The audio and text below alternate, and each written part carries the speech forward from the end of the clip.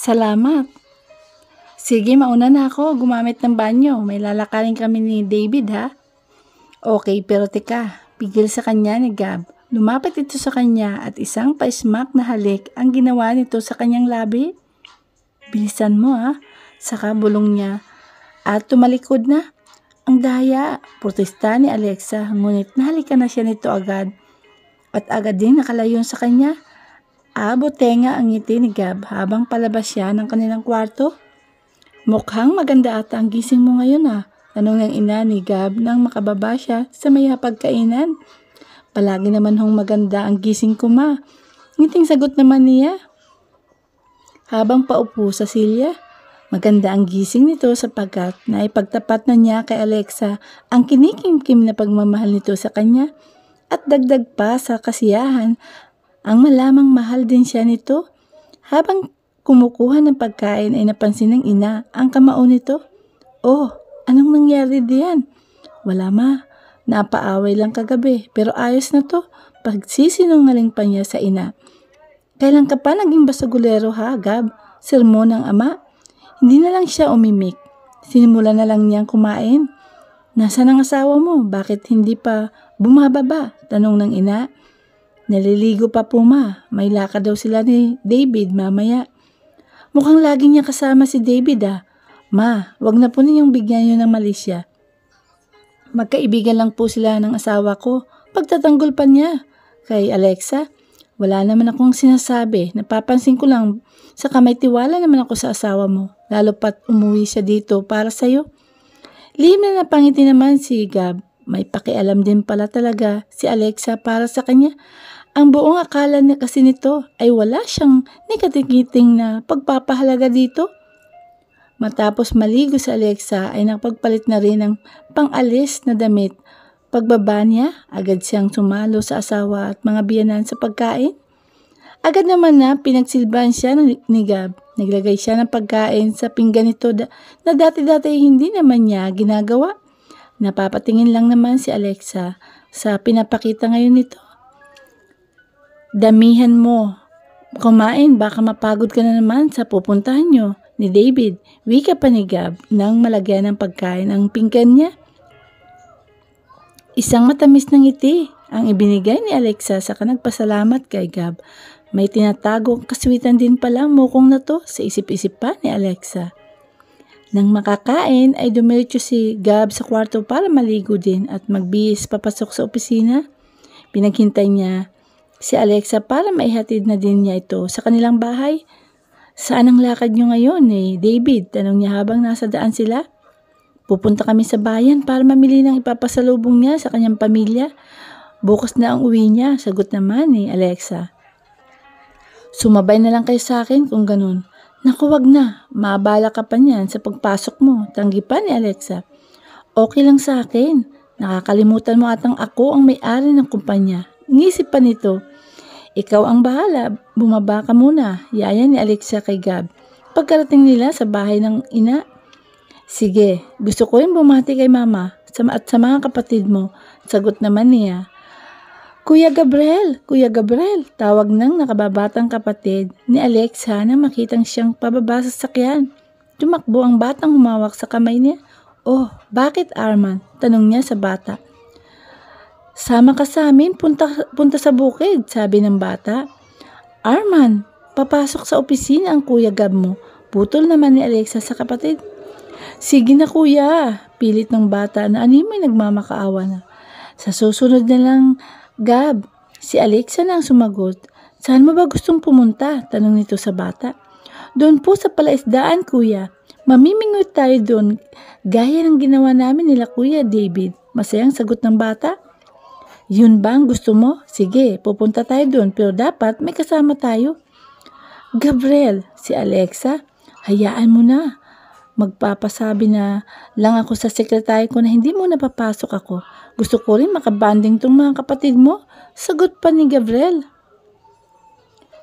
Naku, huwag mong sabihin na napapayagan ka ng batang yan ha. Singit ng ina ni Alexa sa pag-uusap nila. Kanina pa kami kinukulit na mamingwit daw sila ni David doon sa palaisdaan nyo. Kaso may lakad naman ang dalawa. Patuloy nito.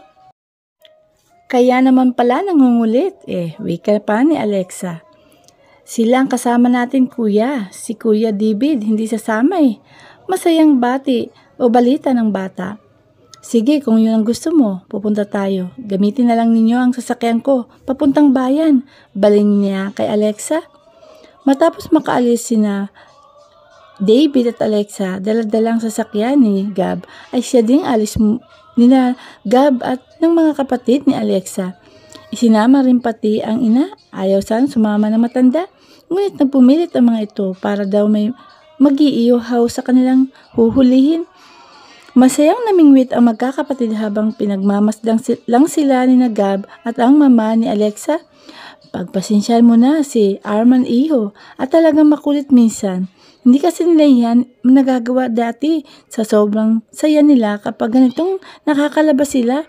Nung dumating nga si David ay parang bumalik ang sigla nila nung nasa Maynila pa kami. Wika pa ng ginang. Mukhang malapit na malapit nga po sila kay David. Oo, para nilang kapatid yun. Kababata ni Alexa yun. Saka best friend pa niya kaya lagi yun sa bahay. Para na anak ang turing ko doon. Sagot naman ang ginang. Tumangot-tango lang si Gab. May lihim na inggit siyang nararamdaman kay David dahil mas malapit pa ito sa pamilya ng babaeng pinakasalan niya. Salamat iho. Para saan po?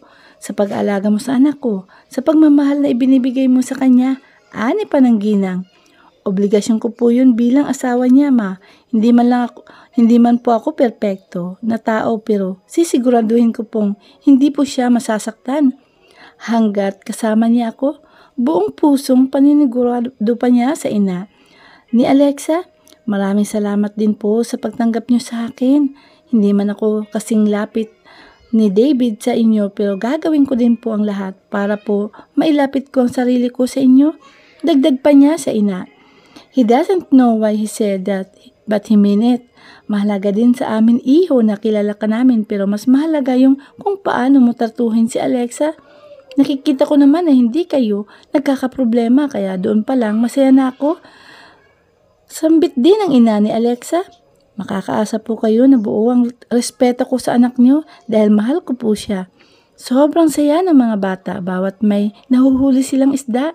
Kahit na 4 lang sila ay masaya silang lahat. Sumilong sila sa ilalim ng malaking puno ng mangga para doon mag-ihaw at magluto ng kanilang kakainin. Para silang isang buong pamilya sa itsura nila ngayon. Ang kulang na lang ay si Alexa. Naunang dumating sina David at Alexa mula sa bayan. Naibaba na din nila ang kanilang pinamili nang napansin ni David na paparating na sina Gab galing sa pamimingwit at picnic. Tingnan mo sila oh. Para silang isang buong pamilya, ikaw na lang ang kulang. Wika pa ni David habang nakatingin sa kinaroroonan ng pamilya ni Alexa. Agad din na tumingin si Alexa sa direksyon ng mata ng kaibigan. Napapangiti siya habang nakikita niya ang mga ito. Ngayon mo sabihin sa akin, ayaw mo ba ng ganyan? Kumpronta sa kanya ng kaibigan. Na alin? Ng ganyan kasayang pamilya kasama si Gab. Ayang ka na naman, paiwas niya. So, sa nakikita ko naman ay hindi na pagpapanggap pa ang lahat sa kanya. Isipin mo ha, hindi siya liliban sa opisina niya nang dahil lang sa anyaya ng kapatid mo na mamimingwit at hindi niya guguguli ng oras niya ng ganyan kung walang puwang ang pamilya mo at ikaw sa buhay niya. Giit pa ni David. Isang matamis at may kasamang kilig ang sinagot ni Alexa sa kaibigan na pinagtakhan ng isa. Wait, is there something I didn't know? Tanong pa ni David ngunit malapit na ang mga parating kaya hindi na niya isinagot. Kumusta ang lakad niyo? Tanong ng ina ni Alexa sa kanila na makalapit na sa kanila. Okay naman po tita, nakapamili na kami.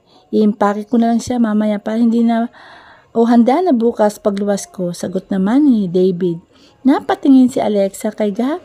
Kinuyom nito ang pantalon niya hanggang tuhod. Tanging ang panloob niyang sando lang ang kanyang suot. Kitang-kita niya ang pagod sa mukha nito pero mas nangingibabaw ang ngiti sa mukha niya. Kayo, kumusta ang inyong pagsasaya? Tanong naman ni Alexa. Ay ate, ang saya-saya namin. Ang galing ni Kuya Gab na mamingwit tapos ang lalaki pa ng mga nahuli naming isda. Pagmamayabang ng bunso niyang kapatid kay Gab. Mukha may bagong idol ang mga kapatid mo, Alexa. Biro naman ni David. Nagtawanan lang sila. Okay yan dahil kahit na hindi na ako masyado nakakapunta dito ay may bago na kayong kuya. Malapit pa dito sa inyo. Ano sa tingin nyo? Tanong niya sa dalawang bata. Opo naman, halos sabay nilang sagot. Gabriel, iho, dito ka na lang sa bahay kumain ng hapunan. Paanyaya ng ina ni Alexa. Oo nga, magpahatid ka na lang ng damit mo dito, sigundan ni Alexa. Sige, agad naghanda ang mag-ina ng kanilang hapunan habang ang dalawang bata ay naglaro lang kasama ng mga pinsan sa kabilang bahay.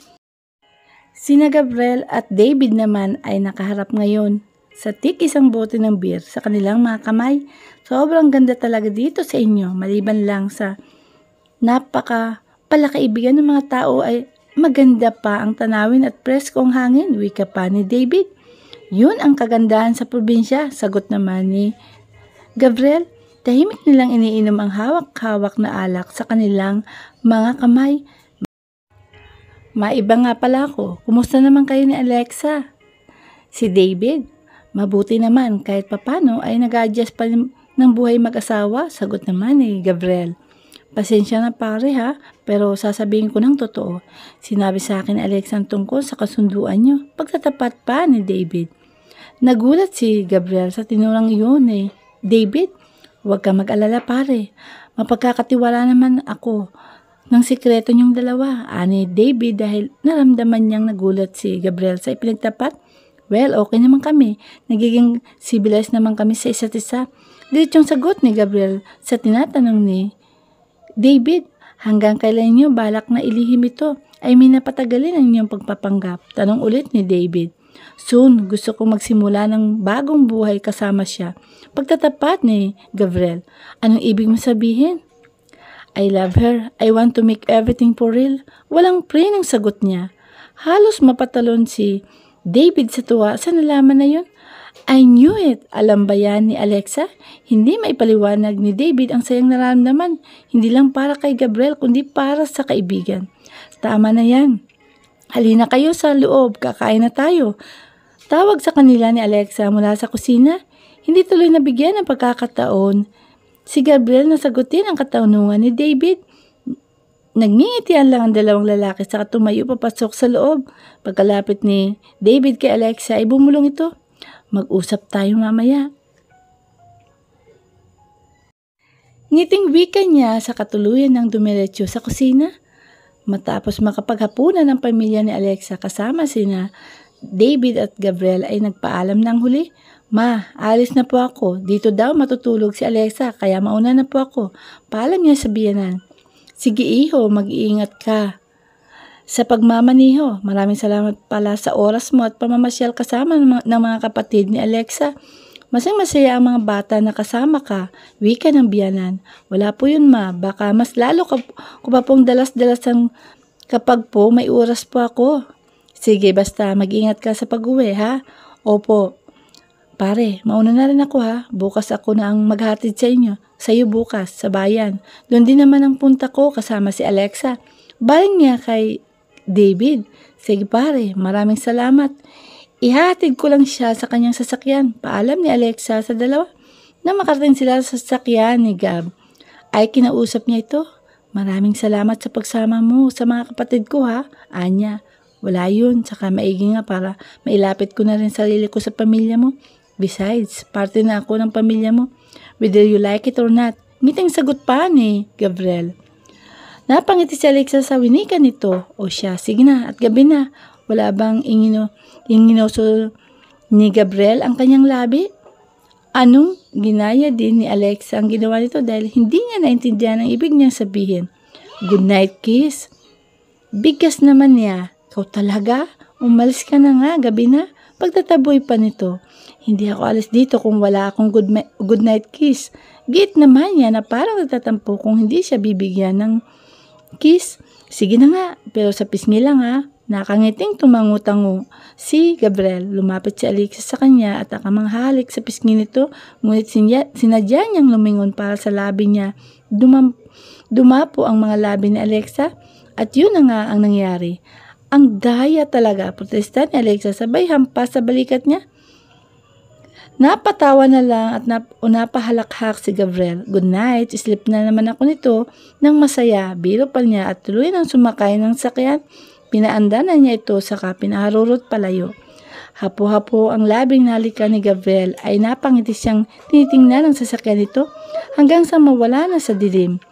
Gusto ko nang marinig ang kwento ngayon. Biglang wika ni David sa kanyang likod na ikinagulat niya. Biglang napalis ang ngiti nito. Ano ka ba naman, David? Bigla-bigla ka na lang. Papatayin mo ata ako sa gulat Singhal pa nito. Paano naman kasi nararamdaman ang paglapit ko Ang haba-haba ng ngiti mo diyan. Tara na sa loob at magkwento ka na. Kwento? Tungkol saan? Tungkol saan? Maang-maangang ka pa talaga. Hindi ko nga alam Tungkol sa iyo at sa asawa mong hilaw or should I say, sa bago mong manliligaw? Meeting panunuyan ng kaibigan. Ano bang gusto mong malaman? Tara muna sa loob. Alam ang ibig kong sabihin. Hila niya dito papasok sa loob ng bahay. Pumasok na sa kwarto ang mga kapatid niya at ang ina. Kaya sila lang ang napiling mag-usap sa sala. Nagtapat siya ng pagmamahal sa akin. Panimula pa ni Alexa. So anong sabi mo? Wala. Pero alam niya kung anong nararamdaman ko sa kanya. Sabi ko, pag-usapan namin pagbalik mo ng Maynila. Ika nga, diba, action speaks louder than words. Kaya alam din niya yan. Sana lang ay totoo na. Siya, David, sa tingin ko naman, ay sincere siya sa kanyang nararamdaman. He told me na gusto niyang gawing for real ang lahat sa inyong dalawa. And he said na mahal ka niya. Talaga? Sinabi niya yun sa'yo? Oo, nagtapat siya sa akin ng lahat and I can feel naman na kaya niyang panindigan ang mga sinasabi niya. Kaya kung ako sa'yo, sunggaban mo na. Kung mahal mo din talaga siya, di huwag niyong isipin ang laman ng kung anumang agreement na yan na pinirmahan niyo. Wika pa ni David sa kanya. Kaya nga sabi ko sa kanya, pag-usapan namin, pag alis mo, ngayon lang ako ganito kasaya, David. Masaya ako kapag nakikita at nakakasama ko siya. Natatakot lang ako noon dahil ang akala ko ay hindi kami parehas ng nararamdaman. Pagtatapat pa niya sa kaibigan. Yan lang ang hangad ko para sa iyo, Alexa, ang maging masaya ka at kontento ka sa kung anuman nagpapasaya sa iyo. Gabriel is the one and I'm sure hindi kanya papaiyakin. Sana nga, David. At yan din ang gusto ko para sa iyo, ang mahanap mo na din ang magpapasaya sa iyo. Sana sa susunod na pagkikita natin o pagpunta mo dito ay may girlfriend ka na o kaya naman ay may asawa na. Don't worry, I'll work onto that. Ngiti naman ni David sa kanya. Niyakap siya ni Alexa at nagpasalamat. Kinaumagahan ay maagang pumunta si Gab sa bahay nila Alexa. Maaga kasi ang